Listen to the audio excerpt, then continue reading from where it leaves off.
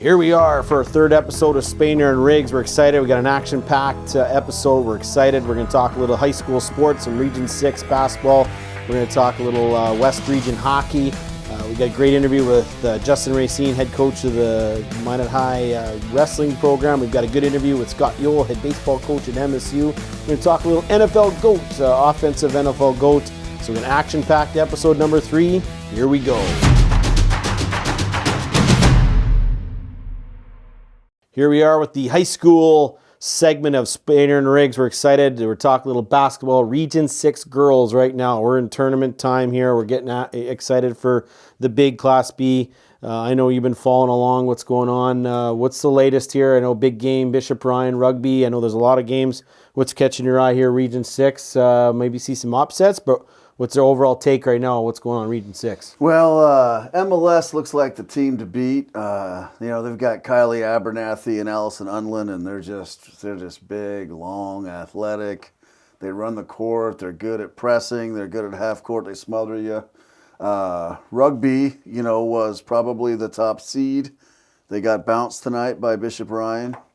Bishop Ryan, they're a little more helter-skelter, but they're super athletic, So it's an interesting, if I'm MLS playing DLB tonight right now as we speak, I think it'll be interesting to see if MLS gets through, if they beat Ryan again. They held Ryan to 23 points or 32 points in the district championship game, so that should be interesting. Absolutely. Big game. If everyone advances, if the high seeds advance, the Region 5 championship. A little bad blood between Garrison and Shiloh Christian. Oh boy. And they're both ranked in the state, so that it'll be interesting. And they're going to potentially meet each other through the bracket here. I mean, do you think upset? Do you think favorites, or what are you thinking? That's Garrison's 20-1, and they're the 2 seed. Shiloh's 19-4, 18-4. They're the 1 seed. Shiloh has played 4 1 seeds out of region.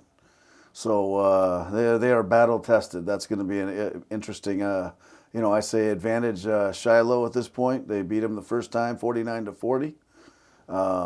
If those two are meeting, that's where I'm going to be on Thursday night. Okay.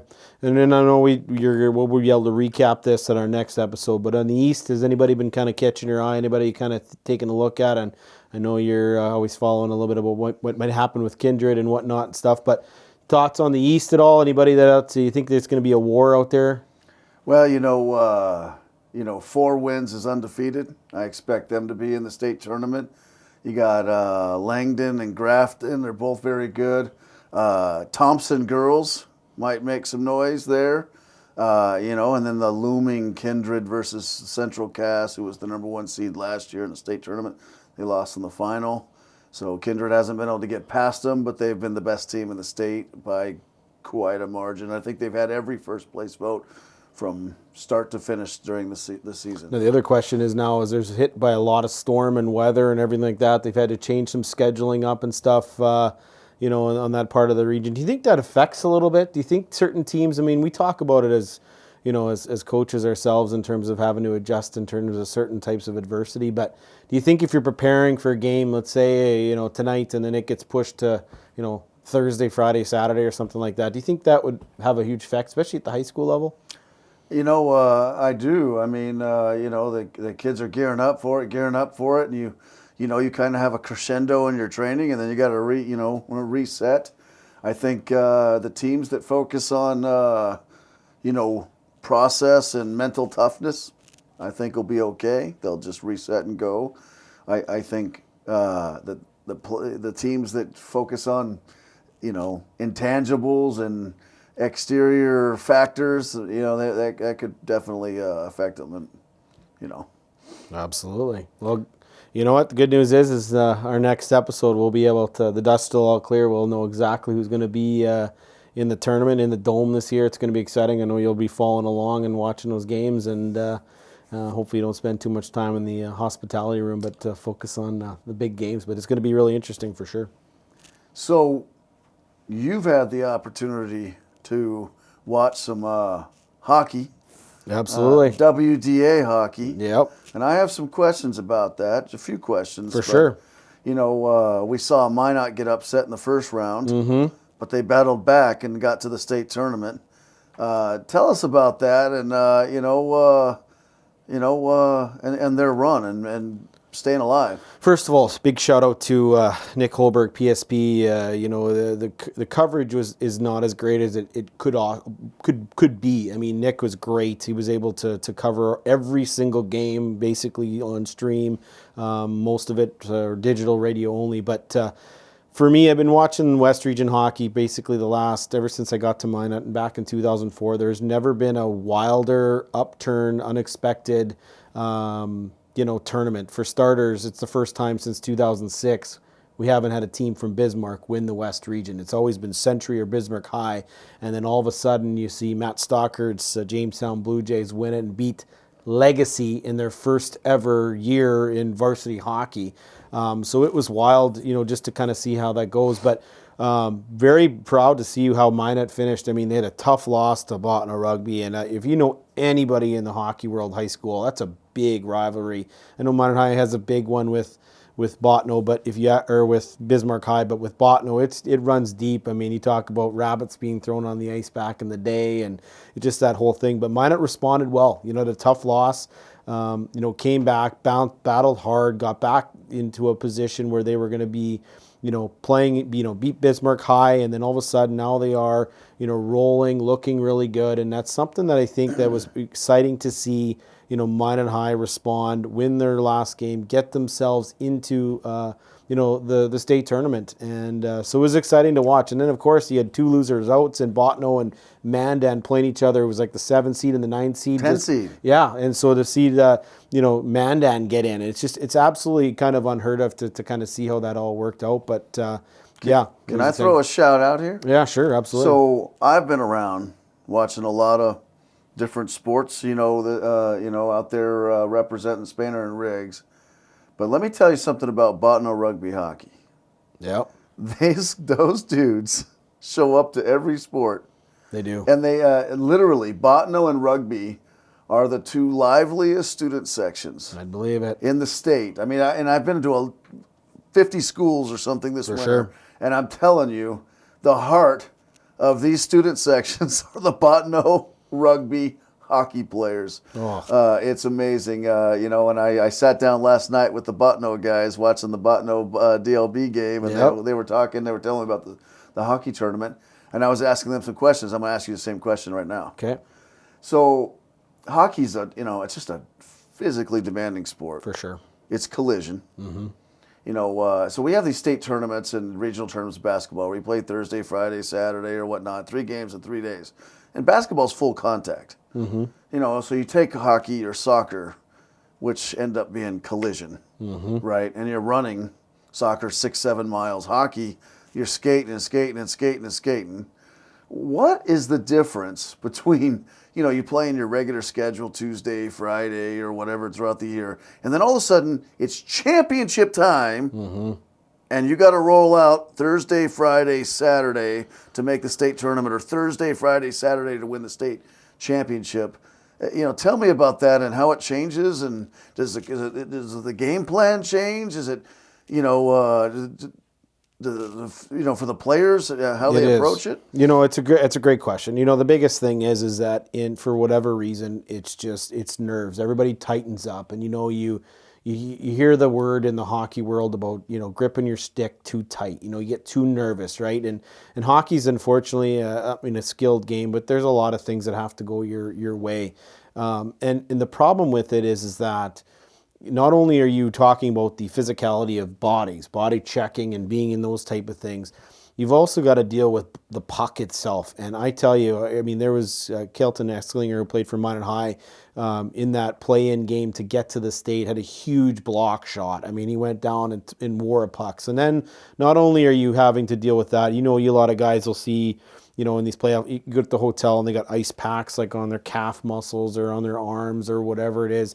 There's just something about it, and it's crazy. Like we go all the way up to the NHL in terms of that, and honestly, that's ultimately what decides is just who can absorb that adversity, who can battle through some of that stuff. Because unfortunately, same with like soccer, there's such few goals, right? 2-1 win, 3-2 games in high school hockey specifically. A lot of low scoring. I mean, Jamestown won 3-0. Minot High won 3-0 with an empty net goal. One mistake could be your season, whereas basketball or football, there is ways to overcome some of those types of things. In football, if you lean on a team the whole game, you're kicking field goals at the very least. For sure. If you're not punching it in. So, yes. It's 3-3-3. You're up 9. They get like a freak touchdown. You're still up 9-7. You drive down 16-7. So tell me the coordination level. Normally, even in the NHL playoffs, you're playing every third day or whatever. So you have a recovery day with the training staff and whatnot. High school hockey, you battle it out. You're 3 days in a row. What's the coordination level like in that third game? Is it come down to too much luck? Or is the better skilled team probably going to be in a better situation? You're absolutely right. It basically that's the big thing. It's something about which team is physically prepared to be in those type of thing and being in the trenches, because everybody's tired, everybody's gassed. I mean, at least in the high school, the team you're playing is playing in their third game at third nights. It wasn't like in our national tournament where we were playing 4-4 nights and the other team in the bracket was only playing their third game. It's tough, and honestly, it goes back to hard work and preparation. I think that kind of seems a little cliche in some respects, but those teams that really bear down.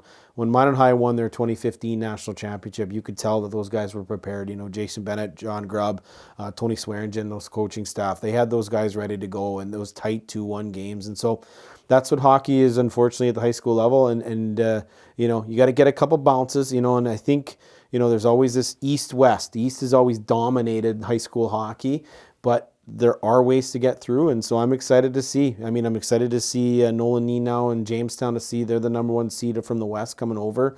Minot High is a 3 seed playing Cheyenne. They played them in a close game about 2 weeks ago.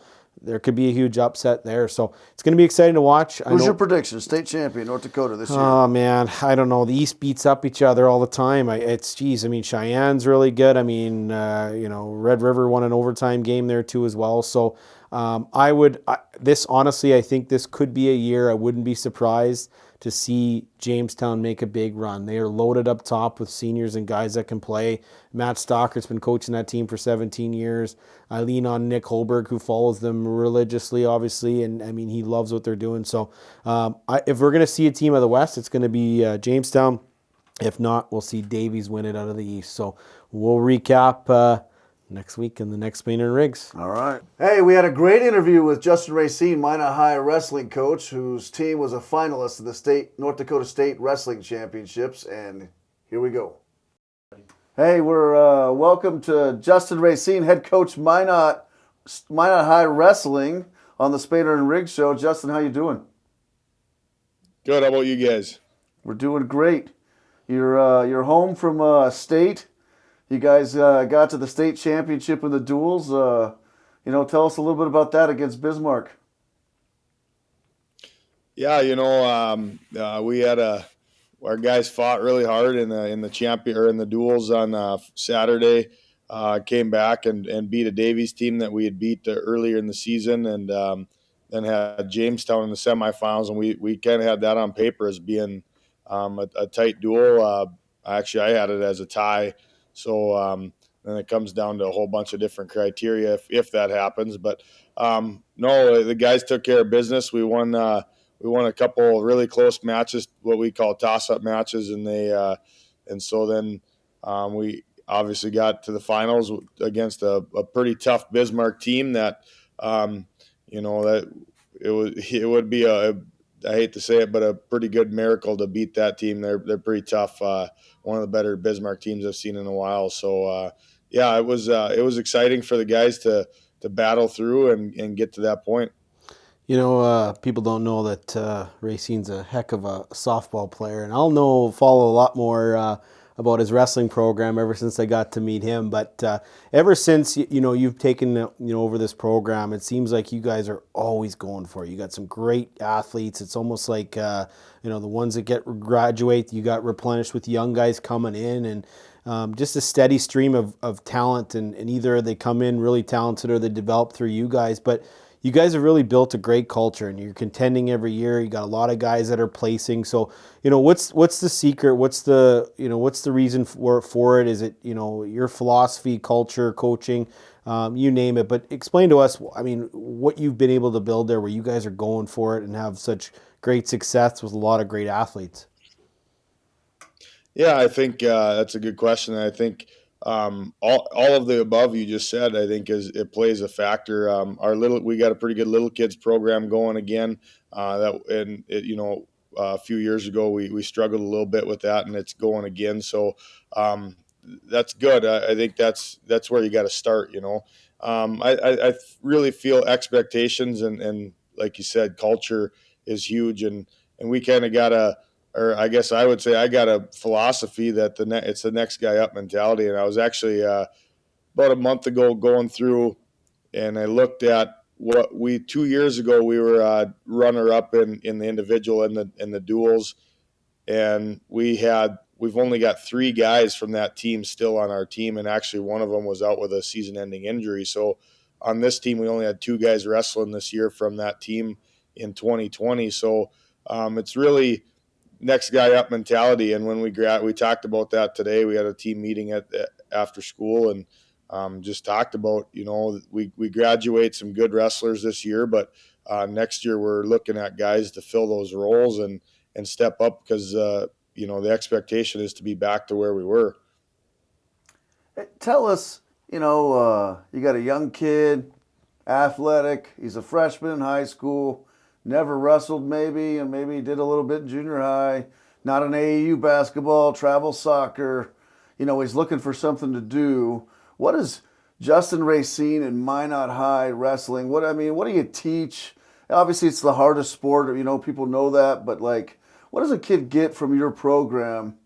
Going through the Minot High wrestling program. We talk to kids all the time. We really try to. A lot of our focus is on football kids that have been around that contact. Typically, if a kid is playing basketball, he's stuck. He's in that sport and or hockey, and we're maybe not going to pull those guys. So we're looking at those kids that maybe aren't doing anything in the winter time, and get them in there. And really, it is about teaching them that handling adversity and the life lessons that come with the sport, or in any sport, but specifically talking wrestling is so important, and we really pride ourselves on that, and teaching kids to be better kids. And I think once they get in our program, they see what kind of a family it is, and it's a tight-knit group, and so we try to sell them on that, and tell them, that this is going to make you a better person. It's going to make you a better football player, or cross country runner, or whatever their other sports are. And it helps a lot. And we, as you guys know, multi-sport athletes are so important. 100%. My last question is I've seen him on Facebook. He's got his son that's got been in a couple duels and stuff like that. He seems like he got a bright future. That'd be pretty cool. Him be wearing those what do you call it, the maroon and gold sometime in your day. But that's got to be pretty proud that your son, is taken to the sport and showing some success, at a young age.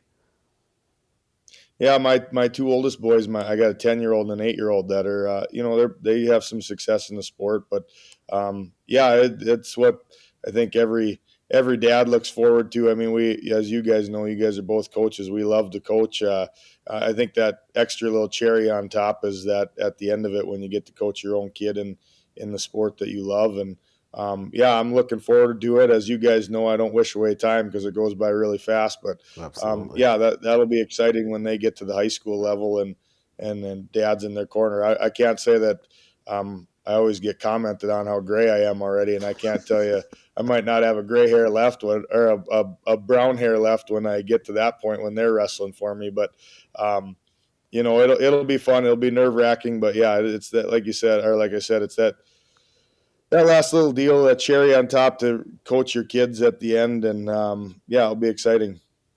Tell us the difference in intensity between wrestling in a team duel, versus doing like an individual tournament.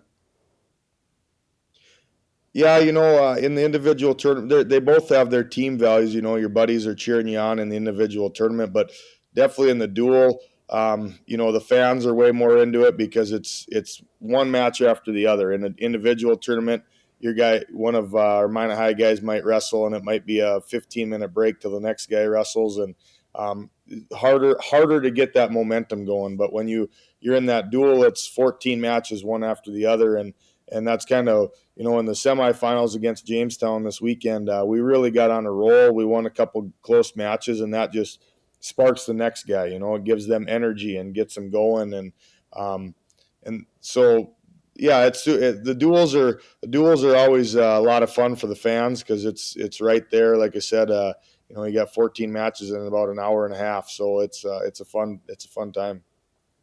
Absolutely. Well, thanks, Justin. We really appreciate your time. Like I said, hopefully you don't lose too much gray hairs as your boys get a little bigger. But hey, I mean, like I said, hey, at least he's got hair, right? But in all honesty, I mean, like I said, put a powerhouse program. I mean, it's something that these kids have, and like you said, you've done a great job with youth wrestling, that there is a destination, to be able to get to Minot High and then have some big success. And so we wish you guys best of luck next year as well, and congratulations on a great season. Yeah, I appreciate you guys. Thanks for taking the time. You bet. And here on the college segment, we had a great chat with Scott Ewell, head coach of the Minot State men's baseball team. Here it is. Here we are in the college segment here on Spainer and Riggs, and we got another special guest, entering his 6th season, the head coach of the MSU baseball team, Scott Ewell. How you doing, bud? I'm doing well. I appreciate you guys having me. Right on. So, Scott, they say you're the pitching guru of college baseball. Tell us about how that's come about.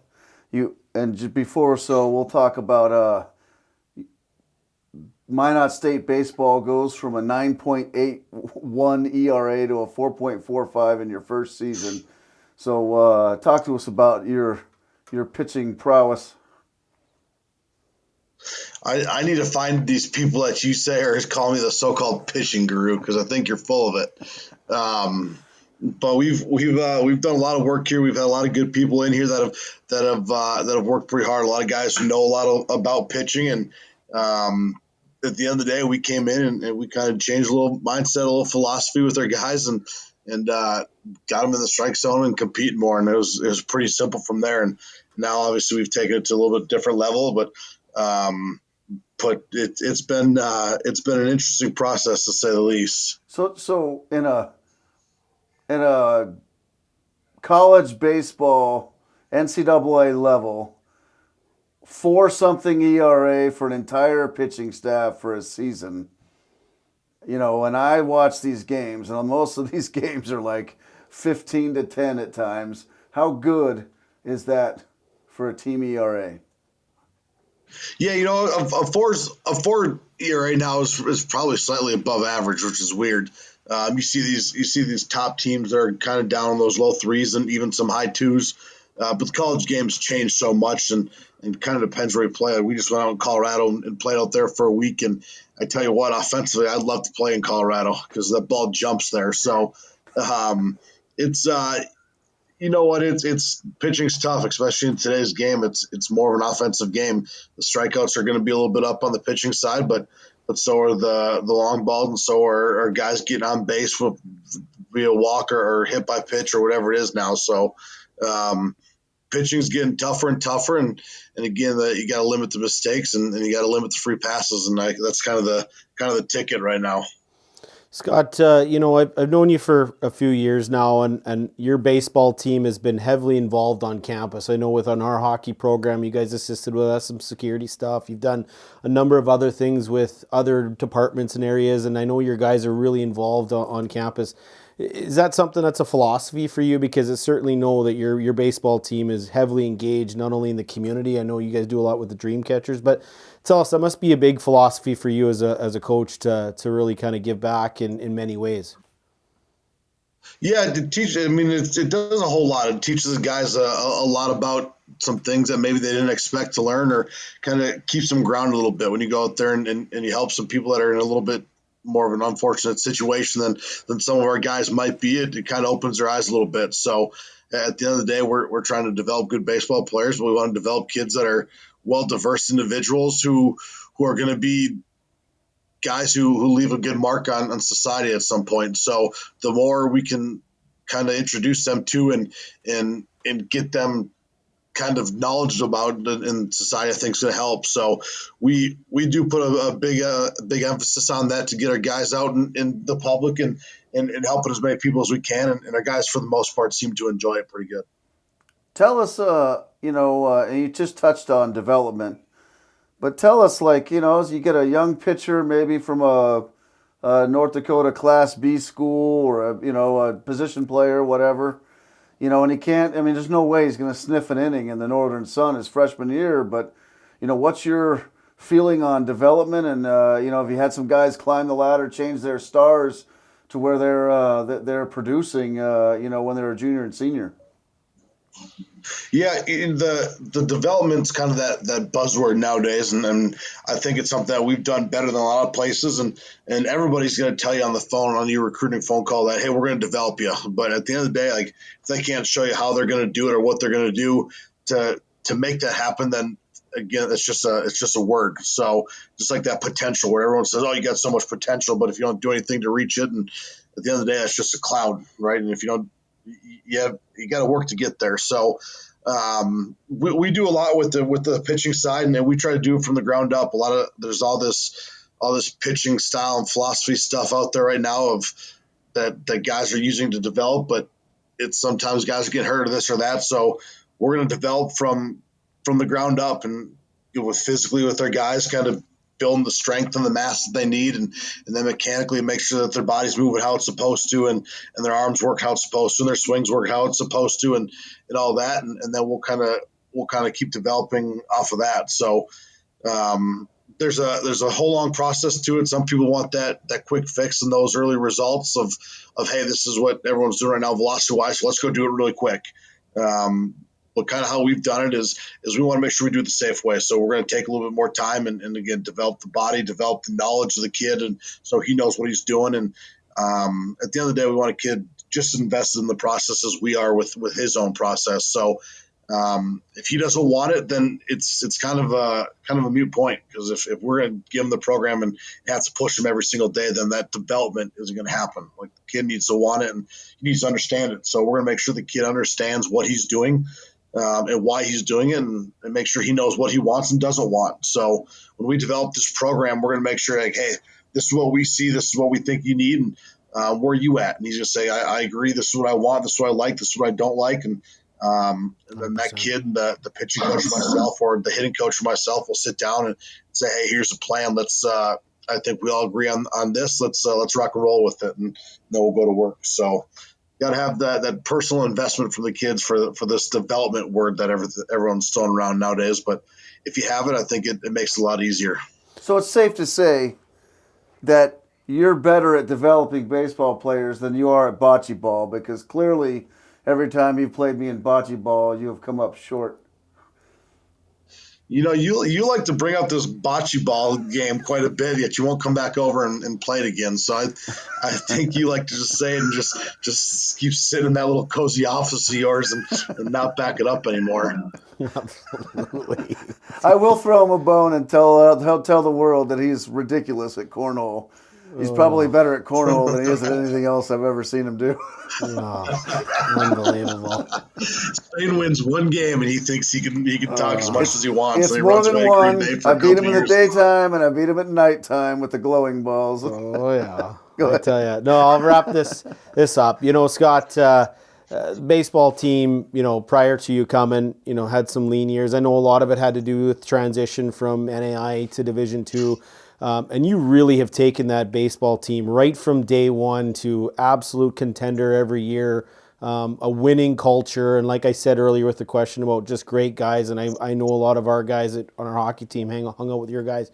But what's the secret for you guys? Because now, like I said, you guys are contending every year.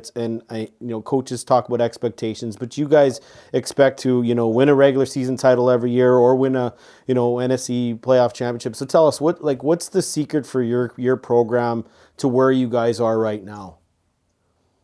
Yeah, you gotta want to compete, and you gotta want it. Like at the end of the day, right now I think we got a bunch of guys here that all want the same thing, and they do want to win. So early on when we got here, there were a bunch of guys who kind of came here just to put on the uniform and wear the gear around campus and tell their buddies they played college baseball. But at the end of the day, that's not what it is. You got to come here, and it's a full-time job. I mean, you've got 2 full-time jobs when you come here. You got to go to school and you got to play baseball. So we like we kind of said, we develop at a high level, and the guys here that are coming here now all want the same things we want, and they all want the same things that everybody else wants. So they want to come here, they want to work hard, they want to Are develop. you going to the NCAA tournament?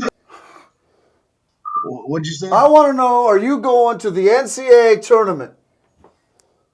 You know what? We've gotten caught up in years past of if we're going to do it or not, and I think we've looked too far ahead. So we're going to go one game at a time. I'm not gonna bite that piece of fruit you got hanging around me right now. I'm gonna say we're going to take this thing one game at a time and see what we can make happen here. Right on. Well, So I know Spain like to stir the pot a little bit, but I'm not gonna let you win this game tonight. well, good. Well, hey, thanks, Scott. We appreciate your time. We definitely wish you the best success. And like I said, you're high expectations, and keep those boys grounded, but we'll be pulling hard for you this year. Awesome. I appreciate it, guys. And if you ever want me back on to get Spain going again, we can do it. Always. Absolutely. Thanks, Scott. Absolutely. We're talking the GOAT, the greatest offensive player in NFL history. And we've got obviously the Tom Brady in there with his 157 rings or whatnot. You got Jerry Rice, 432 NFL records, right? 433 if you count most records. Yep. We have Jim Brown, who was probably the most dominant player of all time, right? In his era, his contemporary era or whatnot, and there's, you've got other names, Emmitt Smith, the all-time leading rusher. We've got Barry Sanders, probably the most exciting player of all time. Joe Montana, 4 rings. Terry Bradshaw, 4 rings. What are you thinking? Well, it's tough. I mean, like you said, I think especially with the longevity, it's certainly Tom Brady, in my opinion, is the offensive GOAT. But I do think, though, that football as a sport, there's a lot more intangibles.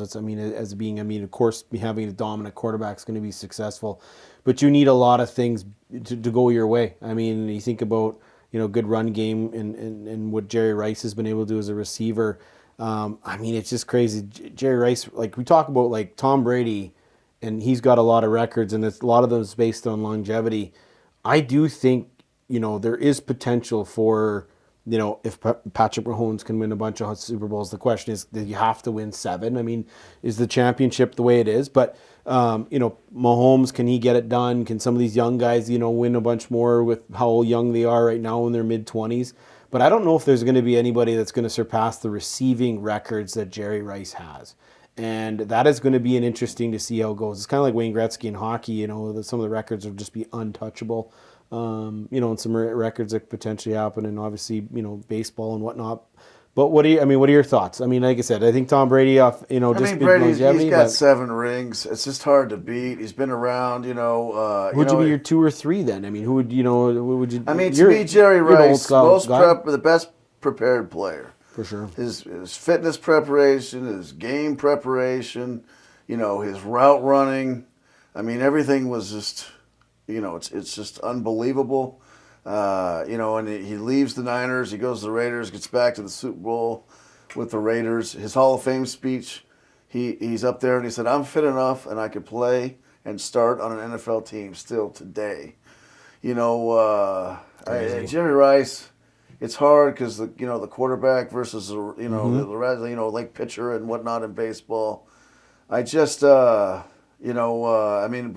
1, Rice is 2, and then it comes down to Montana, Jim Brown probably. Barry Sanders goes and plays another 3-4 more years. I mean, does he vault propel himself? All of a sudden Barry Sanders to me is most exciting player. You put him out there with Randy Moss, right? He has the most negative rushing carries. Most carries for a loss in NFL history. It's total of 2,400 yards or something. And when I just factor that in, to the hole he put his team in a lot of times. Don't get me wrong. He's 1, 2, or 3 in the running back conversation. But I'm applying that to him versus Jerry Rice. For sure. Jerry Rice is above Barry Sanders, in my opinion. And then if you're ranking people versus their contemporaries, Jim Brown, Emmitt Smith. Emmitt's the all-time leading rusher. He had the longevity. He's got the rings. Jim Brown was just way better than everyone. But it's based on era. That era, that was what it was, right? That's tough, and today's passing game, right? And so that's tough because you're an old school football guy, right? I mean, Jim Brown dominated in an era where it was 3 yards on a cloud of dust, and for him it was 11 yards on a cloud of dust. You know what I mean? Sure. So it's hard not to put Montana in there at number 3, but I don't know. I mean, it's close. Montana 3, Jim Brown 3. That's kind of my ranking. I don't know what you think, but I mean, it's the offensive GOAT poll should almost be maybe who should be 2 and 3. I mean, because that's a lot more debatable too. You think about 2, 3, 4. I mean, here's the other one was if you didn't count the playoffs, is Peyton Manning the greatest NFL player? If you didn't call it the playoffs. I mean, you know what I mean? Or Drew Brees. You got to count the playoffs. Yeah, I know you do, of course. But I'm just saying, you know what I mean? Yeah. There's just all that aspect. Then you look at it, and that's why we say contemporaries, because you look at it, and Brady plays in an era with salary cap. The other guys play with no salary cap. Brady takes less pay, so he has this huge advantage. Sure. I mean, more power to him, right? It's helped him win. Absolutely. But he played in an era where you can't touch the receivers. So they've it's just really pass happy league. Can't touch the quarterback. It allowed him to play a lot longer. Montana got beat up. Roger Staubach got beat up. And just kind of petered them out a lot earlier than what you can do now. For sure. But what would Joe Montana do in this era? Would he have stretched that out? I mean, he got back to the AFC Championship with the Chiefs. Yeah, he did. But I'd like to hear from everyone, and this will be out. This will be on all the social media and TikTok and Facebook and whatnot. Throw it in the comments. Rank them 1, 2, 3.